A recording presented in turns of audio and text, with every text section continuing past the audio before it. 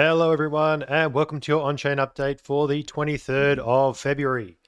So this is really getting back to the roots of the problem. I essentially started doing on-chain analysis back in 2019. It's probably about the right time. And MVRV is one of the most OG metrics you can get. Developed by Murad Mammadov and Dave Puel back in 2018. It was essentially the first on-chain oscillator, and it was essentially enabled by the realized cap.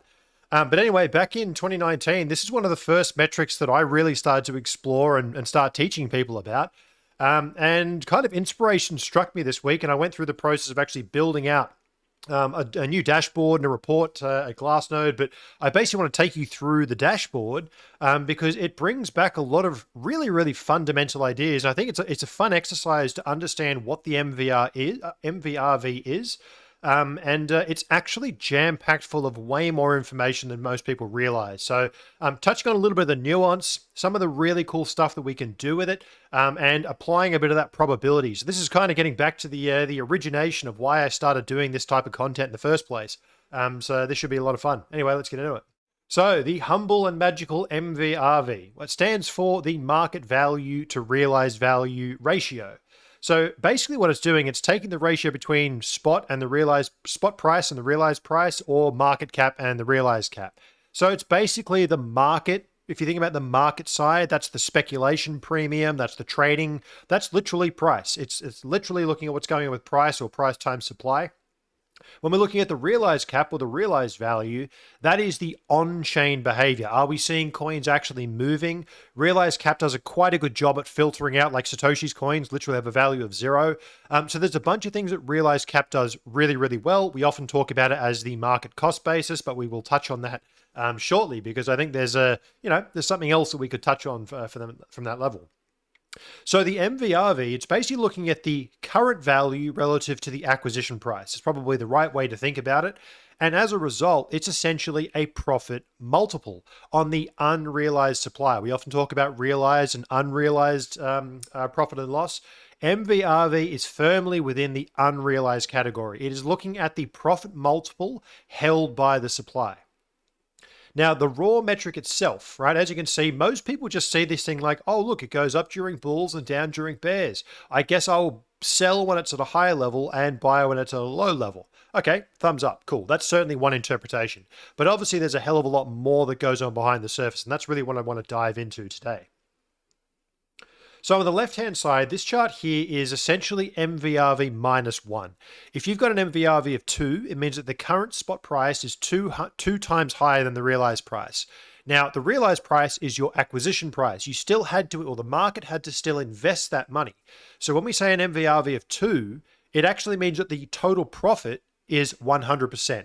It's that 2 minus 1, which gives you 100%. If the MVRV is 1.5, the market is at 1.5 minus 1, 0.5 means 50% profit. So basically, if we subtract a value of 1, this is now giving us a profit multiple. And as you can see, during the red bars at late stage bear markets, that's literally where we are underwater. The overall market is underwater on their cost basis. Because when you subtract that 1, you can see that spot price is actually trading below that value. Now, the raw MVRV is like 0.8, 0.6, which means a 20% or a 40% discount to the acquisition price. Now, we mentioned before that, you can use MVRV to pick tops and bottoms. Yes, that's fine.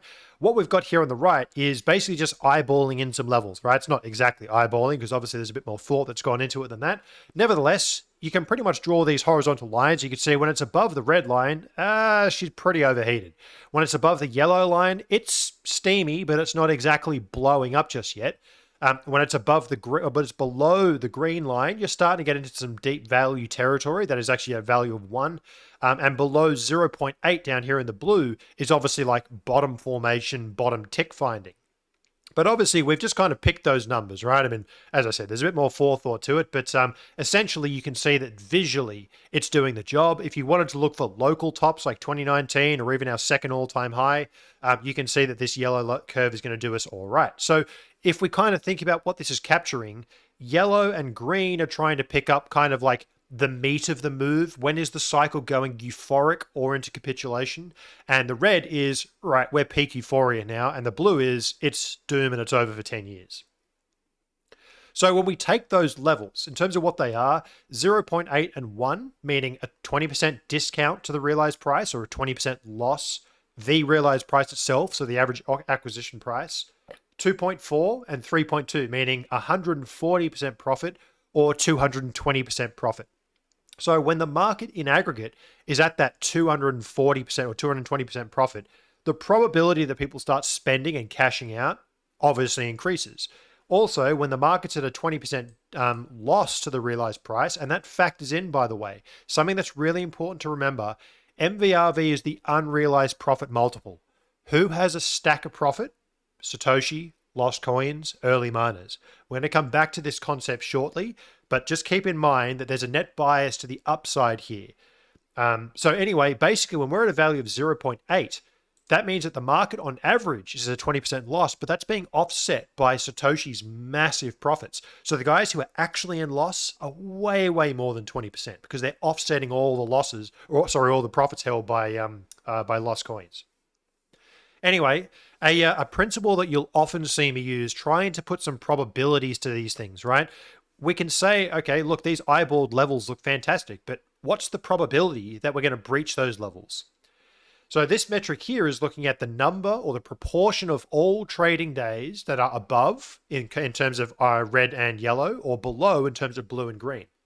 So the logic here is that if we've spent 10% of our trading days below a certain level or above a certain level, that means that the other 90% we've spent below or above, right? It's the opposite. And that means that 90% is the more likely scenario. We are more likely to be overstretched or pulled away from the mean than we are the other way around. So what you can see is that our top in the red and our very, very bottom in the blue, both of these have probabilities. This is the last 5 years of price data. Somewhere between about 5 and 6% is pretty typical. So we're talking about very, very uncommon. 95% of all trading days are higher than this level. For our kind of cyclical changes, right? Capitulation in green, and it's getting a bit warm in here in yellow, we're somewhere between 15 and 20% or thereabouts. So that's giving us a bit of a gauge that, okay, when things start to get really heated, we're talking about an 80% probability that things want to pull back. But 20% is still not bad, right? 1 in 5, that's still reasonable odds that we're going to keep going. 95%, when you get down to that 5% territory on this blue and red, now you're talking about some seriously overheated stuff. So that's where you really start going, this could be capitulation or this actually could be market top.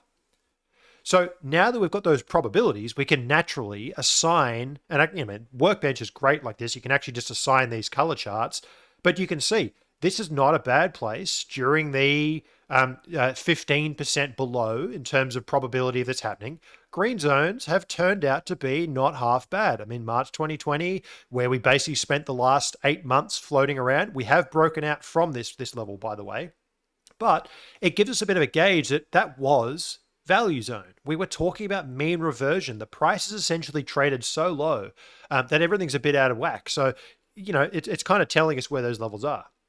Conversely, I mean, you can basically sit throughout this bull market, right? And again, all of this rests on the assumption, right? Everything that we do with these types of things, it does rest on the assumption that Bitcoin continues to grow, get market adoption, all this kind of stuff, right? All the kind of fundamentals. I mean, obviously, I sit in the camp where I think that's certainly going to happen. But, of course, during this kind of clear zone here, we're kind of neutral. We're not really at any kind of deviation. And as you can see, by the way, just visually, we spend quite a bit of time trading between these extremes. They are indeed extremes. They show up towards late stage bulls. 2017 is just a fantastic example. It was a perfect parabola. Note how the second half of the bull, the real parabolic stuff, is where this starts happening. Through this kind of slow grinding return to the previous all-time high, it's clear. We break the all-time high, stuff gets chaotic. Here we are back in 2021. We rally up towards the previous all-time high and stuff gets chaotic.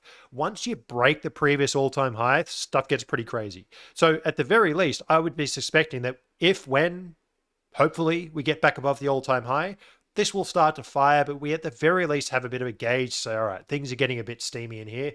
Time to start paying attention. Now, once we've established those levels, right, our 0.8, our 1, our 2.4, 3.2, they are essentially MVRV, and MVRV is just price over realized price, so some very, very simple algebra, and you can calculate a multiple, the MVRV, if it's 3.2, multiply the realized price by 3.2, and this red zone here is going to show us that price that would essentially trigger that level of euphoria, right? So those levels are up here at 63,500. Funnily enough, it's almost the all-time high, right? Kind of funny how that works. When we look at 2.4, 48,000. So you can kind of see that this is kind of the range that we're in. And as you can see back here in 2018 and 2019, we spend a heck of a lot of time in between the two. And when we break up and above, this is when things start to get really spicy and exciting. And for any of you who were following my content back when we actually were in this process, we talked about these bands quite a bit because they help describe this pattern, right? This is kind of accumulation, fairly calm. Up here is where it starts to get pretty steamy and heated, and it's time to start paying a bit more attention. And as we can find out, that's basically what happened. So, this is something to pay attention to. You can construct these very same bands using this very same approach for the Mayer multiple as well. And anyone who is playing around with Glassnode, you can actually do that on a free account. But obviously, this is going to be for advanced.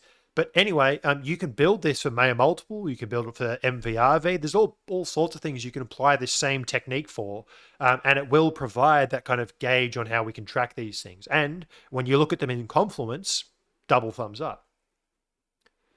Now, what we looked at before is a little bit of a, we're taking a couple of levels, we're eyeballing them in, we're checking, 15%, 5%. Basically, the arbitrary selection is the level, a nice round number. We could obviously do fractions, but who cares about that? Markets just aren't that precise. But really, the arbitrary thing we're selecting above is a percentage of probability, right? I'm determining or making a call that 15 to 20% is hot or getting into that zone, 5% is extreme, right? It's a reasonable gauge, but that's the arbitrary part. We can also do this using proper statistics. So the blue curve here, and then you can see the lightly faded one, the dark colors are the cumulative all-time mean, right? All-time average for MVRV. The lighter blue, the shadow color, that is the 4-year average. And as you can see, I'm not too mad that they're pretty much exactly the same. So I'm just going to run with the cumulative mean, the all-time, because it gives us a bit of a nicer trace. Then we can add a +1 standard deviation, -1 standard deviation. And isn't it funny how this tends to show us a very, very similar pattern? Let me just zoom this thing out on the full scale chart so you can actually see. It's really, really nice, but this provides us with a statistical basis. Now, note that our euphoria here is obviously much more than 1 standard deviation beyond that boundary. Here we are poking our head right above. This is essentially what a z-score is modeling, by the way. When you look at the MVRV z-score, that is basically looking at how many standard deviations are we away from the mean. That's the other way to think about it, in case you were wondering. Now I can take that idea, this funky looking chart is taking the same concept that we've applied up here. This one here, because they're key levels, I've just made it if above or below, right? I've kept the middle space open. For this one here, this is actually looking at it based on the cumulative mean, which as you can see, these things move. They move with MVRV. They're going to evolve over time. And the more weight gets applied over time, the more that they will basically demonstrate what's really going on. So this one here is actually looking at how many standard deviations are we. In the yellow, we're somewhere between plus or minus 0.5, kind of that normal period. But you can also see the orange and the red really show up when we are over 1 standard deviation above the mean. And likewise, our dark blue really helps us show when we're hitting these peak capitulation levels. And it is just remarkably accurate, right? This thing just continues to play out cycle after cycle. And we can then bring these in as deviation price bands, right, to get the exact same concept. And as you can see, we really busted well and truly above 1 standard deviation during that April high. And we'll look at a couple more things on that front. But you can see here, you can see that we were stretched well and truly outside of bounds. And we can also see that the bottom back here in 2018 and our bottom through especially FTX really overextended below that blue curve. By the way, the purple is the realized price itself. So anyway, it gives you a bit of a sense of like, we can actually use these tools to provide some statistics to it. Are we plus or minus how many standard deviations outside of bounds? And obviously this works very well for extremes. Now, modeling extremes of markets is only one of the many things that you can do with the MVRV. This is one I was playing around with yesterday called MVRV Momentum. You'll see me talk about these things quite often. Basically take the fast moving trace, in this case just the raw MVRV, and comparing it to a longer term average. And in this case, we're looking at the yearly moving average. Now, what you can probably see visually, I mean, obviously the green and red is telling us what's going on here. If MVRV is above its 1 year, notice how it really just sticks the landing. It just floats above and then significant breaks. The important part to note here is the really, really sharp break, right? Look how quickly this thing just collapses below the 1 year every single time. And likewise, when we break above, it does so with some gusto. What's going on here? Remember that MVRV is an unrealized profit multiple.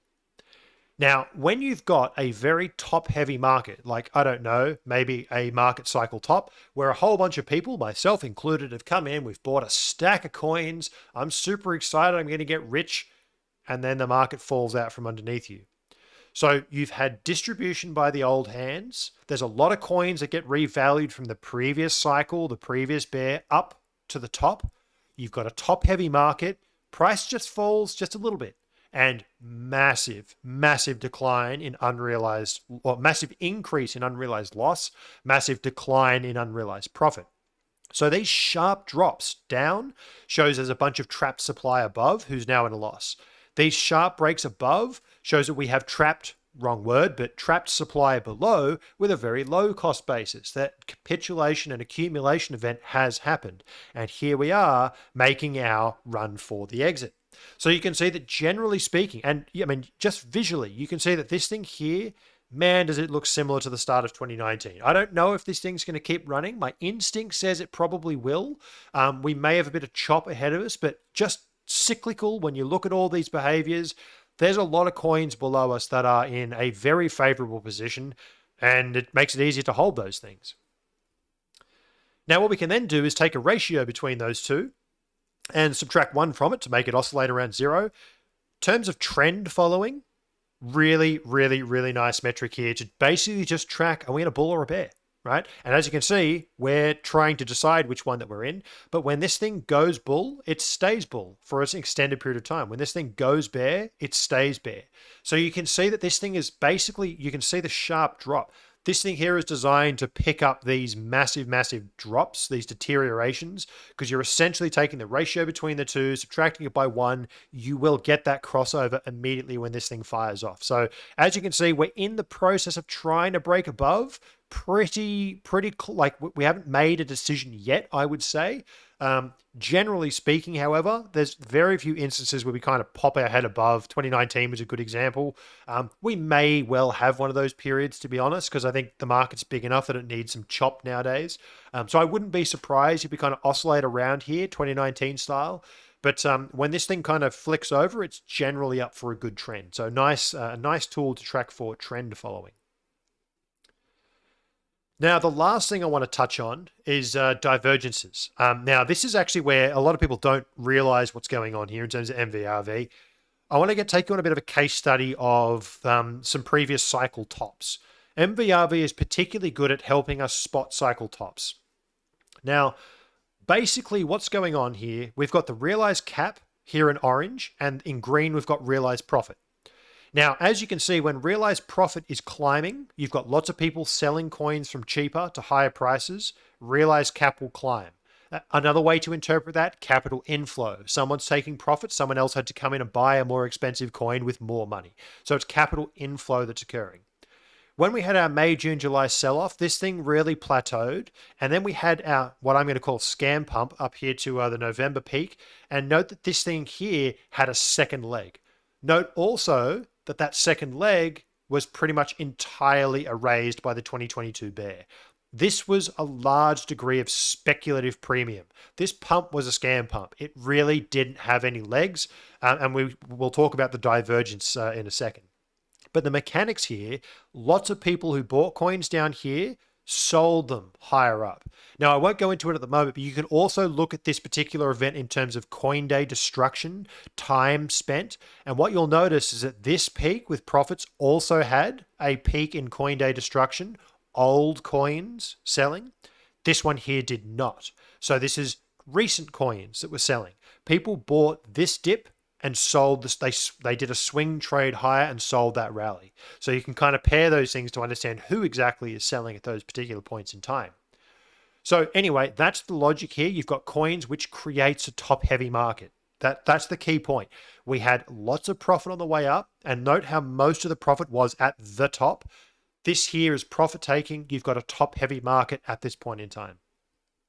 So now we're going to talk about divergences, macro, micro. Left-hand side here, this is looking at MVRV in orange. Note that our price was literally at a higher level. So price is at a higher level, so you should have more profit, right? MVRV should be higher. Look at this massive bearish divergence. What we're seeing here is that we had higher price, lower profit. We have a bunch of coins that got transferred higher. How can this happen? The average coin has a higher cost basis. You've got a top-heavy market. This is a big bearish divergence. So this is something we can pay attention to as we move forward and we start talking about when does this cycle potentially peak, right? Which will be sometime in the future, but we're gearing up for when that happens. We're starting to look for these big bearish divergences should something like this happen, right? Obviously, the double pump is kind of useful. 2013 is a good example of this, but this is the concept. Now, obviously, this is macro, multi-month time frame, but look at it on the micro time frame. Higher peaks all the way through to April. There's Coinbase direct listing. Higher peaks all the way, but decaying profit. Higher price, lower profit multiple. This decay is actually showing a top-heavy market where the market is increasingly sensitive. There is a higher cost basis on average. Our realized cap and our realized price are mooning through this process. It is showing us that we had a top-heavy market, and thus you've got people who are more price sensitive holding coins at 50, 60K.